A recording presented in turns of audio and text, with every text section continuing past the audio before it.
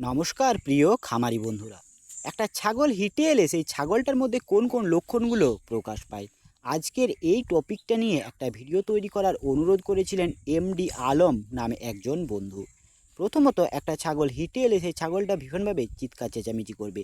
তবে ব্যতিক্রমও আছে, সব ছাগল কিন্তু চিৎকার করে না। তবে সেই ছাগলটার মধ্যে অস্থিরতা ভাব প্রকাশ পায় এবং সেই ছাগলটা পাঁঠার সন্ধানে ঘোরাফেরা করতে থাকে এবং পাঁঠা যেখানে আছে সেই পাঁঠার কাছাকাছি ছাগলটা চলে যায়। সাধারণত একটা ছাগলকে যদি একটা পাঁঠা উত্তপ্ত করে তাহলে সেই ছাগলটা দৌড়ে চলে যায়, কিন্তু একটা ছাগল হিটে এলে তার কাছাকাছি পাঁঠা গেলে ছাগলটা দৌড়ে যাবে না, বরং সেই ছাগলটা পাঁঠাটার কাজ আরও বেশি করে আসতে চাইবে এবং পাঁঠাটার সাথেই থাকতে চাইবে। এছাড়াও ছাগলটার মিউকাস বের হতে থাকবে এবং ছাগলটা ঘন ঘন লেজ নাড়াবে এবং ছাগলটা খুব ঘন ঘন প্রস্রাবও করবে। ছাগলটা পাঁঠার সন্ধানে এদিক সেদিক তাকাবে। ছাগলটা ছাড়া পেলে পাঁঠা ছাগলের সন্ধানে কিন্তু অনেকটা দূর পর্যন্ত চলে যেতে পারে।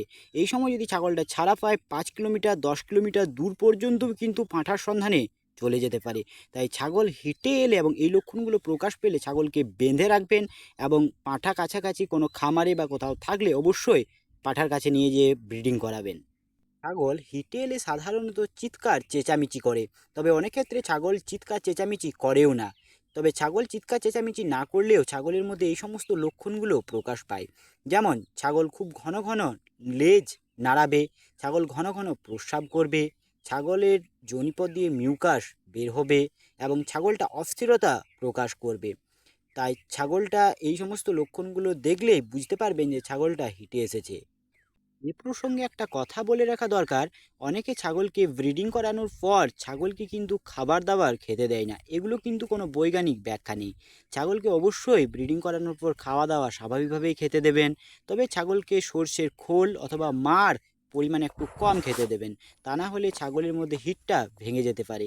তাই অবশ্যই ছাগলকে খাবার ঘাস পাতা বা যে কোনো অন্যান্য দানাদার খাবার স্বাভাবিক পরিমাণেই খেতে দেবেন।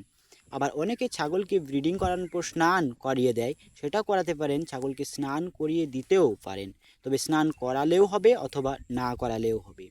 ছাগলের মধ্যে হিটে আসার লক্ষণগুলো প্রকাশ পাওয়ার অন্তত 12 থেকে 15 ঘন্টা পর ছাগলকে ব্রিডিং করালে ভালো ফল পাওয়া যায়।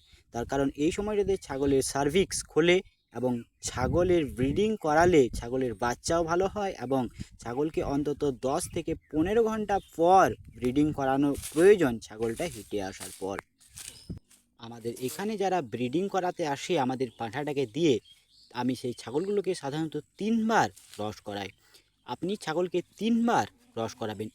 আর আমাদের এখানে যারা ক্রস করাতে আসে তাদেরকে আমি বলে দিয়েছি যে ছাগলগুলো হেঁটে এলে সঙ্গে সঙ্গেই ছাগলগুলোকে নিয়ে এসো না, মোটামুটি 10-15 ঘন্টা পর সেই ছাগলগুলোকে নিয়ে আসবে। আর একটা ফিমেল ছাগলকে ক্রস করানোর পরেও সেই ছাগলটা কিন্তু চিৎকার চেঁচামেচি করতে পারে। এতে আপনারা ভাববেন যে ছাগলটা ঠিকঠাক ক্রস করানো হয়নি বোধহয়, কিন্তু না, ছাগলটার মধ্যে যতক্ষণ হিট থাকবে ততক্ষণই কিন্তু ছাগলটা চিৎকার চেঁচামেচি করতে পারে। আশা করছি যে বন্ধু আমাকে এ বিষয়ে ভিডিও করতে বলেছিলেন তিনি উত্তর পেয়ে গেছেন। এর সাথে আরও অন্যান্য খামারি বন্ধুদেরও এই ভিডিওটি আশা করছি উপকারে আসবে।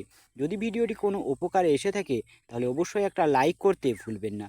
তার সাথে আপনার মতামত অবশ্যই কমেন্ট বক্সে কমেন্ট করে জানাবেন এবং ছাগল পালন সম্বন্ধীয় যদি আপনার আরও অন্য কিছু বিষয়ে প্রশ্ন থেকে থাকে সেটাও কমেন্ট বক্সে কমেন্ট করে জানাতে ভুলবেন না। আজকের মতো ভিডিওটি এখানেই শেষ করছি। দেখা হচ্ছে নতুন একটা ভিডিওতে। ততক্ষণে ভালো থাকবেন, সুস্থ থাকবেন এবং যারা আমার চ্যানেলে প্রথম এসেছেন তাদের কাছে অনুরোধ থাকলো চ্যানেলটা সাবস্ক্রাইব করে নেওয়ার জন্য।